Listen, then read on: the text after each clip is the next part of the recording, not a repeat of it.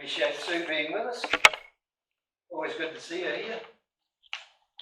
We're going to carry on with our study of Ephesians. We're in Ephesians chapter 4 at the moment. The overall heading of chapter 4, I think, is how Christians should behave. And I remember last time Sue was here, I started this lesson. I remember it now. Okay, first part of chapter 4, first 6 verses, live in a manner worthy of your calling. Then from 7 to 16, the role and purpose of leadership. We spent a couple of weeks on that. I think that's a really important passage that we need to know. I think that passage is laying down the organisation as far as the church is concerned that God wants. The part we're going to look at today, and this will be 2 parts altogether, it's the new way of living. That'll go from verse 17 to the end of the chapter. We're just going to look at the first part of that today, which is 17 through 24. And I've called this From Futility to the New Man, because that seems to me where the passage is going. Now I'm going to read it in 2 parts, so we'll look at the first part, then say some things about that, and then we'll look at the second part. Okay, so reading Ephesians 4, starting at verse 17. This therefore I say and testify in the Lord, that you no longer walk as the Gentiles walk, in the futility of their mind, being darkened in understanding, alienated from the life of God, because of the ignorance that is in them, because of the hardness of their hearts, who becoming callous, gave themselves over to licentiousness, for the pursuit of all uncleanness and greediness. The key, in a sense, to that is that we are to no longer walk as the Gentiles walk. In other words, we no longer walk or conduct ourselves in the way non-Christians do. Now, some things that non-Christians do are good, but there's a lot that's not, and that's really what they're putting on. He describes, if you like, the Gentile walk, or the non-Christian way of life, as being something that is futile. And I'm going to have a look at that term in a bit in this lesson, but he talks about the futility of their mind. This whole passage is really about the way we think. And I'm sure you're all aware, the way we think is pretty much what directs the way we act. So if we think in a particular way, we're going to act in a particular way. Or if we believe particular things, we will act according to, in general, those beliefs. Just as an example of that, when I was looking at this, I thought about the Vikings. I know Dee doesn't want me to tell you this, but her ancestry is Viking. She's pretty feisty. But her family, well, part of it came from Denmark. So I always tease her about being, I love the Vikings. I thought they were quite amazing people. But the thing was that the Vikings were one of the most ferocious and effective fighters in history. Probably the Mongolians were the best, but the Vikings were a very close second. But the reason they were was of their thinking. Their beliefs were that if they die in battle, they will go to their heaven. I can't remember quite what it was now. Valhalla, that's it. If they died in battle, so dying in battle was the very best way for them to go. And that's what they totally believed. I remember seeing one of the Viking movies. The guy was really brassed off that he hadn't been taken in battle. He was about 60. Still having to fight. He thought his time was up, and he was really looking forward to the time when someone actually killed him in battle. He was going to do his best up till then, but he was really hoping every time he went into battle he got killed. You imagine what it would be like to someone have no fear whatsoever of dying. And it's not really, but it's because of what they believe. What this passage is trying to do is contrast the way non-Christians believe with the way we should believe as Christians. It doesn't go into all the details, but that's the theme it's trying to get across to us. Okay, so how do the Gentiles walk? It's in the futility of their mind. I'm going to go into futility a bit, but we'll look at what some of the elements of that futility that this passage brings up. Okay, first of all, they're darkened in understanding. Again, as I was thinking about this, I think not too long ago, I got up in the middle of the night, went to the bathroom, no lights on. Unfortunately, there was a heater on the road and I stubbed my toe on it. Very painful. But that's kind of what this is talking about. They're darkened because they don't see everything clearly. We see that when the end comes, there is an eternity, there is an afterlife. They don't, in general, see that. Their life is not based on the existence of eternity, so they don't see the whole picture. When he's talking about being darkened in their understanding, that's what he's talking about. They don't see things properly. What's motivating to do things is different from what ours is. The next one is, I think, a really interesting one. Alienated from the life of God. We could spend a whole session on that. But I think alienated from the life of God means these people are not involved in, if you like, godly activities. And when I go back over this the second time, I'll bring that out a bit more. And they're ignorant because of the ignorance that is in them. They don't get involved in godly activities because of ignorance. They just don't know what's required. And then hardness of their heart. This word hardness, if you look at the original word, hardness and callous, we think would be pretty much the same thing, but in the original language it's different. Hardness basically means stubbornness or unwillingness to learn. In other words, they're not wanting to dig into things and understand the mysteries of the universe and, spiritual matters and all. They just want to go on and have fun or whatever they want to do. And the next one is, so hardness of heart, unwillingness to learn, and becoming callous. The word callous in this case is to lose the capacity to feel shame or embarrassment. Now, I'm not sure every one of these would apply to every non-Christian, but as a general rule, not having a spiritual mindedness can lead to these things, and it does in many cases. And then one of the important things as far as the Gentile way of life is concerned is give himself over to licentiousness for the pursuit of uncleanness and greediness. And when you look at the television and you look at life in general now, I think that pretty much describes a lot of what happens in society today. We're not overly concerned about living righteous lives. At least society isn't. Sexual activity is promoted, not discouraged. It's not considered a sacred activity. It's just something normal that we should engage in. That's just what men and women are about. When you look at movies, and it's just promoted everywhere. So I think this is, reasonable summary of, at least in a number of cases, of what it's like to walk as a Gentile walks. Now, if you look at this from a different point of view, he's criticizing the Gentiles for the way they walk. And he says, we are not to walk that way. But on the other hand, I think we can see that these things that are described, we can learn from them as Christians as well. Futility of their mind, we're going to look at that in a bit. Darkness in our understanding.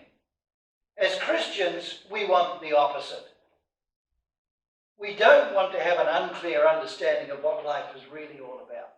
We want to have a clear understanding, especially when it comes to the Word of God. We want to understand what the Word of God is teaching and asking us to do. We want to understand those things. We don't want to be darkened in our understanding. We want to have a clear understanding. For a large extent, that'll come from Bible study, from preaching, from our own reading of the Bible, etc. Alienated from the life of God. We want the opposite. We want to have to operate within the life of God. What's he talking about there? I think what we're doing now is part of that. To be alienated means you don't have anything to do with the activities that God has set us up to be involved in. When we're growing up, we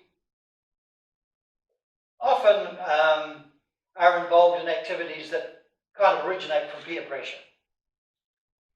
I think I was pretty susceptible to that. If someone suggested I do something stupid, I quite often did it, because I wanted to please my friends, and I remember a number of situations I'm really embarrassed about doing now, including the odd thing that was actually illegal. And then I thought, why on earth did I do that? And the reason was my mates were clowning around and saying we should that, and I was the stupid one that actually did it. But other people do have a great influence on us. If we never come to church, if we never read our Bible, if we never have associations with faithful Christians, we will lose out tremendously in our own faith.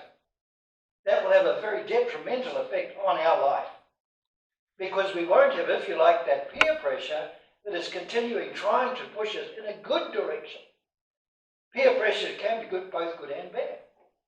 You want to avoid the bad, but you want to take advantage of the good, and I think that's what he's talking about here. If we're alienated from the life of God, we're not being pushed and encouraged to go in the right direction. And if that doesn't happen, we lose out in our faith and our trust in God. Because of ignorance that is in them, we've already looked at that. Hardness of heart, we don't want to be ignorant, we don't want to have a hard heart. And remember, the hardness in this case is an unwillingness to learn. We want to be the complete opposite to that as Christians. We want to continually be trying to learn more effectively what it means to be a servant of God. Never want to give up on that. But I think we will continue to learn right till the day I die, if we go about it the right way. Calloused. And the definition here is to lose the capacity to feel shame or embarrassment. If we make a mistake, we do something wrong, and we don't become ashamed of doing that, that will affect our Christianity. That will affect our spirituality. Feeling ashamed of doing something wrong is actually a good thing as far as a Christian is concerned. That's what the conscience is all about. What conscience will prick us and say, yeah, look, that was wrong. You shouldn't have done that. Or you need to do something to make up for that. So callousness is something we need to avoid. If we become callous, we don't care what other people say to us, what we do, what effect we have on others. We just do what we want to do. And the last couple gave themselves over to licentiousness and the pursuit. Again, the real meaning of the word pursuit is work or activity, and the work or the activity of uncleanness and greediness. So while on one hand it's a description of non-Christians, on the other hand it's also kind of a blueprint of what we need to seriously try and avoid. Because these are the things that people absolutely should not, Christians especially, should not be doing. Now, if you look at 1 Timothy 4 and verse 1, I think possibly to some extent this verse is why Paul is writing these things. Now, the Spirit explicitly says that in the last days some will depart from the faith. There is always a danger that there will be people who will choose to fall away.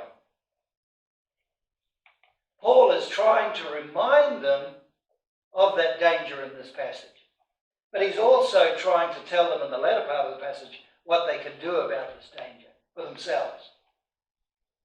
We can't save other people, but we can encourage them and help them and make it possible for them to be saved themselves.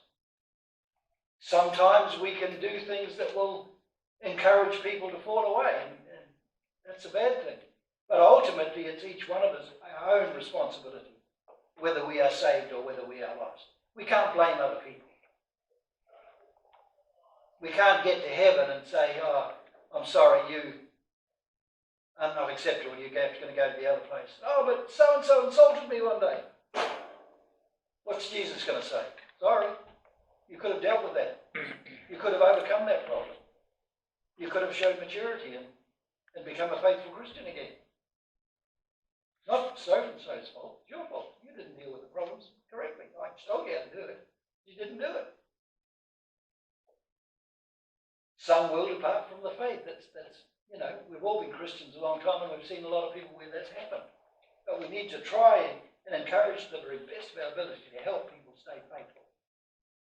Now, I want to look at this word futility. It talks about, and this is kind of key, I think, again, to this passage. Don't walk as the Gentiles walk. Why? Because they walk in the futility of their mind.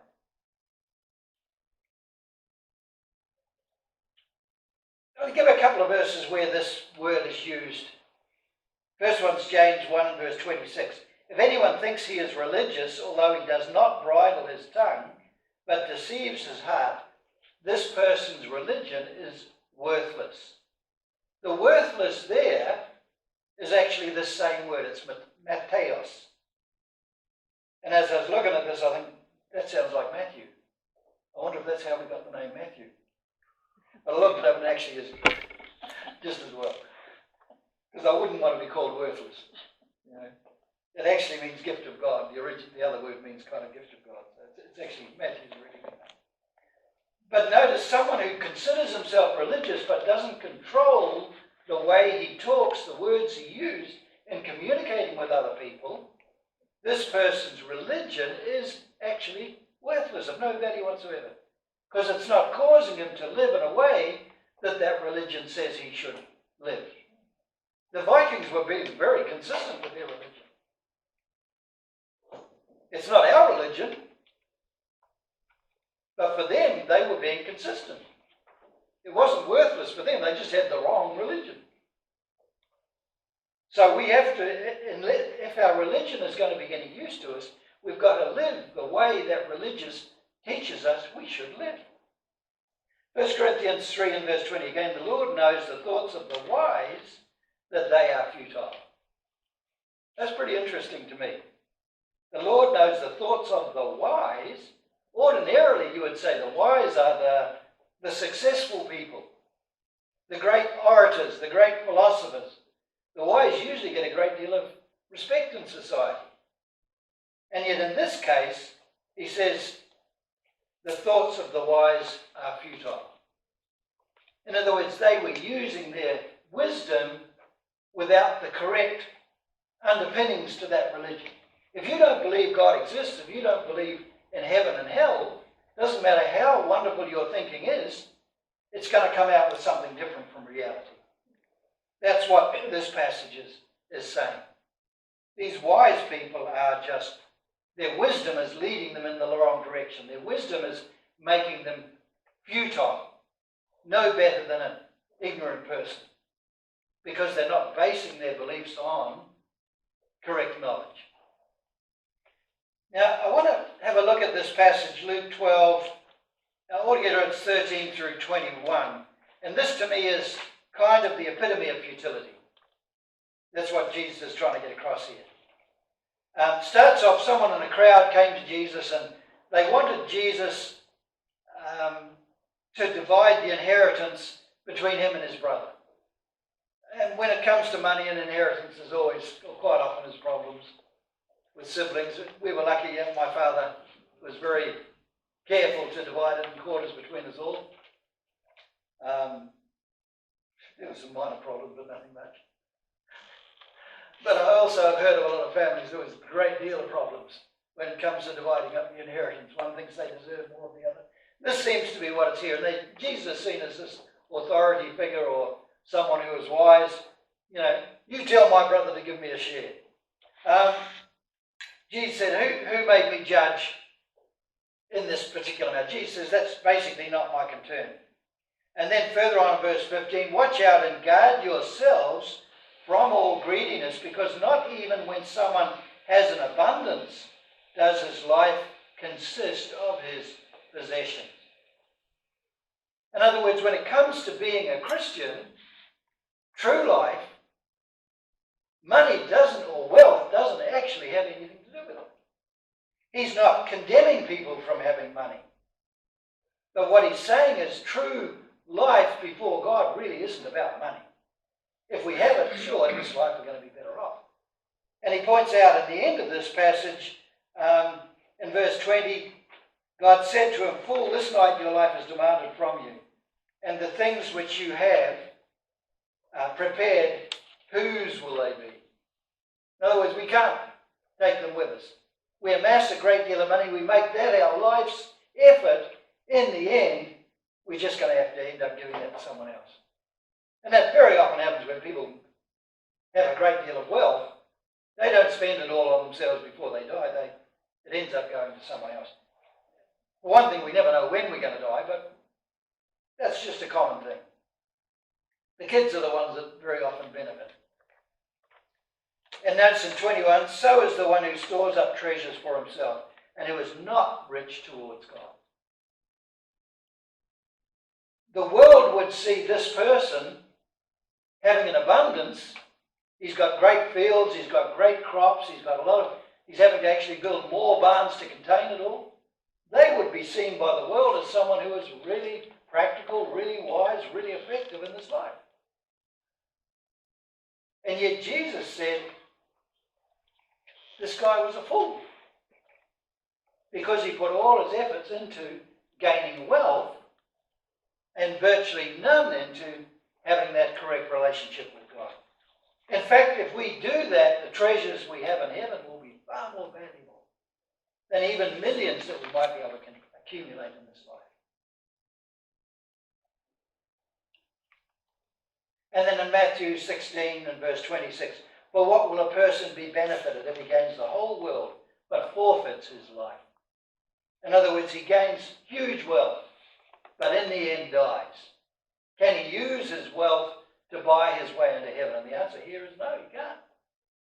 It's no longer of any use whatsoever to him. But what he was able to put into his spiritual life becomes infinitely valuable. Okay, the next passage, and I'm going to try and get through this. I know Dee's given me a signal already, but I'm going to try and get through this. The next passage is about bringing about a change. This one's about what we shouldn't be. The next one is about what we should try and do. How do we change that situation? And we've got to remember that Paul is actually talking to Christians here. So evidently there were Christians there who weren't living the way they were supposed to be living. So Paul brings this up to try and encourage them to do what's right. Okay, so we're in Ephesians 4 verses 20 through 24, and I've called this bringing about change. "But you did not learn Christ in this way, if indeed you have heard about him, and you were taught by him, just as truth is in Christ." Now, in that verse 20 where it says you did not learn Christ in this way, that took me back to when I first became a Christian. I think that's Paul's intention here. If you think back to when you first became a Christian, why did you become a Christian in the first place? Why did you make that change from your old way of life to the new way of life? I still remember vividly making that change. In fact, to me, Christianity was the greatest thing that I'd ever come across. To me, this was what I'd been looking for most of my life. I did go to the pub. I did drink. I did a few other things I don't want to tell you about, but I wasn't a perfect individual as a teenager or whatever, but I always felt like there was something missing. But when I came in contact with Christianity, all those things that seemed to be missing fell into place in my life. And to me, it was just the greatest thing I'd ever come across. Since then I know there's things that happen that aren't what should happen. But overall, still, I really feel Christianity, if it's done in the way God describes it, and that's what we all should be working towards, it is the most wonderful thing on earth. There is nothing better than being a faithful Christian. It's got everything for us. So he's wanting us to go back. We all get tied up with different problems we have in this life. And sometimes we forget about what's really important. So he's wanting them to go back and look at that, what it was that that really attracted you to Christianity in the first place. But then in 22 he says, that you take off, according to your former way of life, the old man. It's he puts it in a very simple way. How do we change? How do we go from being the sort of person that's, to a fair extent, not what God wants us to be, and become the person that we should be as Christians? And Paul here compares it just to taking off a garment and putting on another one. I think he's saying it's actually a very simple process, if you do it right. Take off your former way of life, the old man, who is being destroyed according to deceitful desire. In other words, take off the old man because he was destroying you anyway. And then in verse 23, be renewed in the spirit of your mind. So his key here to how we change is to change our thinking. Be renewed in the spirit of your mind. Everything comes back to our way of thinking. If we think correctly, we will act correctly. We will desire the right things. We will be the right sort of people. If we think wrongly, then we will be the wrong things. So be renewed in the spirit of mind and put on the new man. In other words, replace that old thinking with the new thinking we see in Jesus. In accordance with God, who has created in righteousness and holiness from the truth. Now, I want to just very quickly read a few things because we're going to run out of time. Another passage which talks about being transformed is Romans 12:1 and 2. This passage I really love. Therefore, I exhort you, brothers, through the mercies of God, to present your bodies as a living sacrifice, holy and pleasing to God. And this translation says, which is your reasonable service. Now, what he's trying to get us to do is to present our bodies as living sacrifices to God. I think by bodies he means our whole way of life. Everything we do. What's interesting, or one thing that's really interesting to me, is this reasonable service. It's logikos latreia. Latreia is actually one of the words that's used for worship. It really involves the things we do in worship, rather than the concept of worship. There's about 3 or 4 different words that in English we translate worship, but they all have a slightly different connotation to them. And reasonable, to a certain extent, means true or logical. We get the word logical from that. So in other words, present your bodies as living sacrifices to God. This is your true worship. In other words, in a sense, he's saying what our life should really be about is transforming our whole life in service to God. We come here and we worship, we sing songs. I think that's part of it. That's part of the encouragement we get to be faithful Christians. But even beyond that, more important than that, is the transformation we gain in our life as a result of being Christians.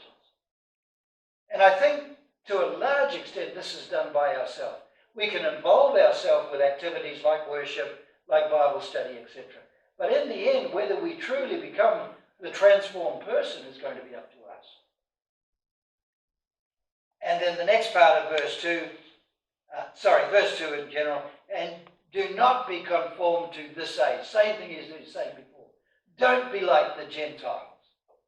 Do not be conformed to this age, but be transformed by the renewing of your mind, so that you may approve what is the good and well-pleasing and perfect will of God. This approve basically means find out by testing. In other words, examine the way of life that we lead as Christians and note what will lead us to actually doing what is right.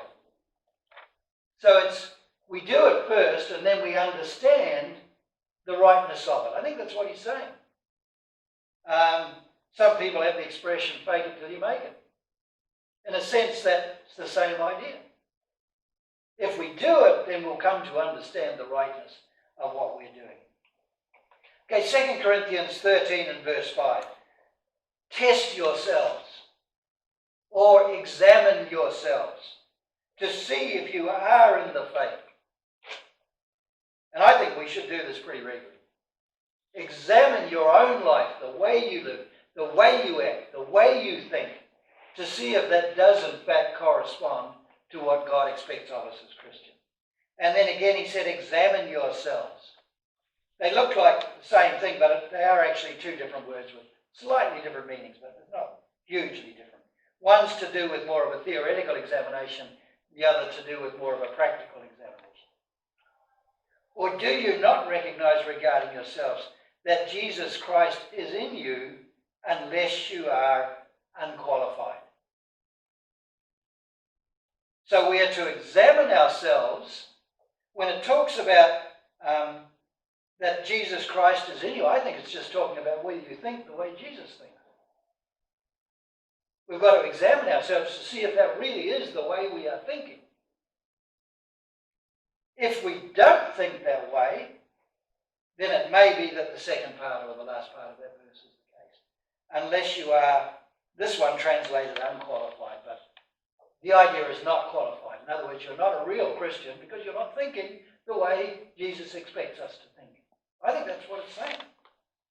Now, just to finish off, I want to read a passage in James, which I think is basically James's restatement of what Paul is saying in this section of Ephesians 4. But be doers of the message and not hearers only, deceiving yourselves. Because if anyone is a hearer of the message and not a doer, this one is like someone staring at his own face in a mirror. For he looks at himself and goes away and immediately forgets what sort of person he was. But the one who looks into the perfect law of liberty and continues to do it, not being a forgetful hearer, but a doer who acts, this one will be blessed in what he does. I don't think it's talking about the difficulty of looking in ancient mirrors. Some people think that's what it's talking about. But the emphasis here is the person that sees himself, in this case by looking into the word sees as an agonies, seeing where he's not what he should be. But then he goes away and he just forgets all about that and carries on with life as normal. He doesn't change. And that's exactly what Ephesians 4 is talking about here. We need to make a change. It's from futility to the new man. The new man is what we're aiming at. We're all inadequate in some ways.